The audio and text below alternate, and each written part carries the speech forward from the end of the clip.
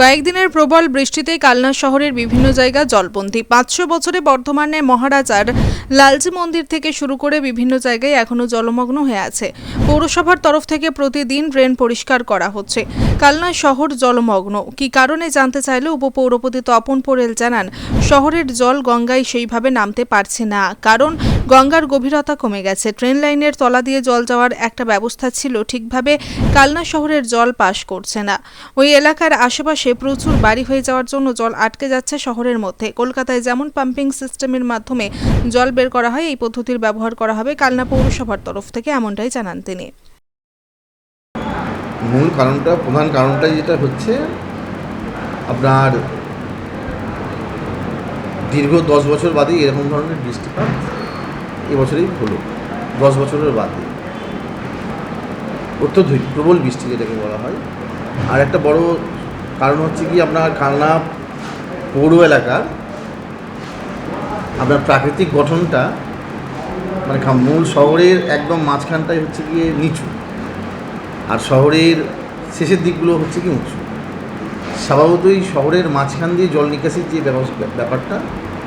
ব্যবস্থাটা সেটা একটুখানি প্রাকৃতিকগতভাবে প্রতিকূল।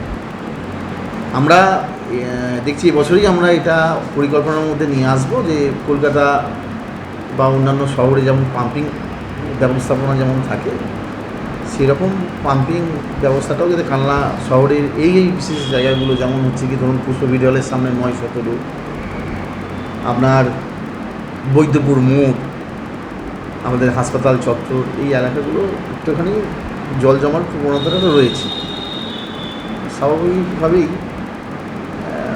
আর আমাদের যে ট্রেন লাইনটা রয়েছে, রেল লাইন, সেই তার নিচ দিয়ে যেখান থেকে মূল জলটা আর কি পাস হয়, সেই জায়গাটাও একটুখানি সমস্যা তৈরি হয়েছে। আর মাঠের ওই দিকে তো ধরুন জনবসতি হয়ে গেছে। এইসব নানান কারণে, একসঙ্গে অনেক কটা কারণের জন্যই হচ্ছে কি আমাদের এই কালনা শহরে জলটা জমেছে। আবার ধরুন বেহুলা নদী যেখানটায় আর কি জলটা আমরা পাস করি, সেই বেহুলা নদীটাও মজে গেছে অনেকটা, জল ধারণ ক্ষমতাটা কমে যাচ্ছে, যার ফলে এই জলটা কালনা শহরে জমে গেছে। তবে এখন স্বাভাবিক হচ্ছে আস্তে আস্তে পরিস্থিতি। 8 নম্বর ওয়ার্ডের কিছু মানুষের দাবি ওখানে একটু পুকুর আছে, যে পুকুরটি দীর্ঘ কয়েক বছর সংস্কার হচ্ছে না, যার ফলে ওই জলগুলো মানে মানুষ বাড়িতে ঢুকে যাচ্ছে এবং সাপের উৎপাত বাড়ছে। তো পুরনো 8 নম্বর ওয়ার্ডে হচ্ছে কি আপনার ওই পুরনো আমাদের যে কন্ট্রোল অফিস যেটা রয়েছে, সেখানটাতেই একটুখানি জল জমেছে। জলের টানটা একটুখানি কম হলেও জল এখন 8 নম্বর ওয়ার্ডের ওখানে জলটা নেমে গেছে। আমি রোজই সকালবেলায় একবার করে কালনা শহরটা পাকনা দিই। খুব শীঘ্রই পরিষ্কার হয়ে যাবে, পুজোর আগেই পরিষ্কার হয়ে যাবে। রীতা ভট্টাচার্যের রিপোর্ট, সুন্দর বাংলা নিউজ। এসে গেছে দারুণ সুখবর। উচ্চ প্রযুক্তির সমন্বয়ে আধুনিক যন্ত্রপাতির সাহায্যে এখন আপনার হাতের মুঠোয় সঠিক এবং নির্ভুল চিকিৎসা পাবেন সুরাহা নার্সিং হোমে। এখানে উন্নত প্রযুক্তির সাহায্যে ডায়ালিসিস, এন্ডোস্কোপি, ল্যাপ্রোস্কোপি, কিডনিতে পাথর, বিভিন্ন ধরনের টিউমার, প্রোস্টেটের মাইক্রোসার্জারি, মুখমণ্ডলের ক্যান্সারের অস্ত্রোপচার সহ বিভিন্ন ধরনের অপারেশন বিশেষজ্ঞ চিকিৎসকদের মাধ্যমে করানো হয়।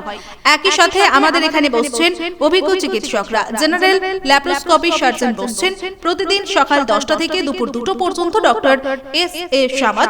মুখমণ্ডলের ক্যান্সার বিশেষজ্ঞ বসছেন শনিবার সকাল 8টা থেকে দুপুর 2টো পর্যন্ত ডক্টর S.A. সালাম। প্রসূতি রোগ বিশেষজ্ঞ বসছেন সোম, বুধ, শনি ও রবিবার সকাল 10টা থেকে দুপুর 2টো পর্যন্ত doctor Amita Chowdhury. General surgeon ও মূত্র রোগ বিশেষজ্ঞ বসছেন সোম, বুধ, শুক্র সন্ধ্যা 6টা থেকে 8টা পর্যন্ত এবং রবিবার সকাল 8টা থেকে 12টা পর্যন্ত। সাবির আহমেদ প্রসূতি রোগ বিশেষজ্ঞ ও ল্যাপ্রোস্কোপি সার্জন বসছেন প্রতিদিন 11টা থেকে 1টা পর্যন্ত। ডক্টর মেহরুন্নেসা বেগম। স্বাস্থ্যসাথী কার্ডের মাধ্যমে চিকিৎসার যাবতীয় সুযোগ রয়েছে আমাদের নার্সিং হোমে।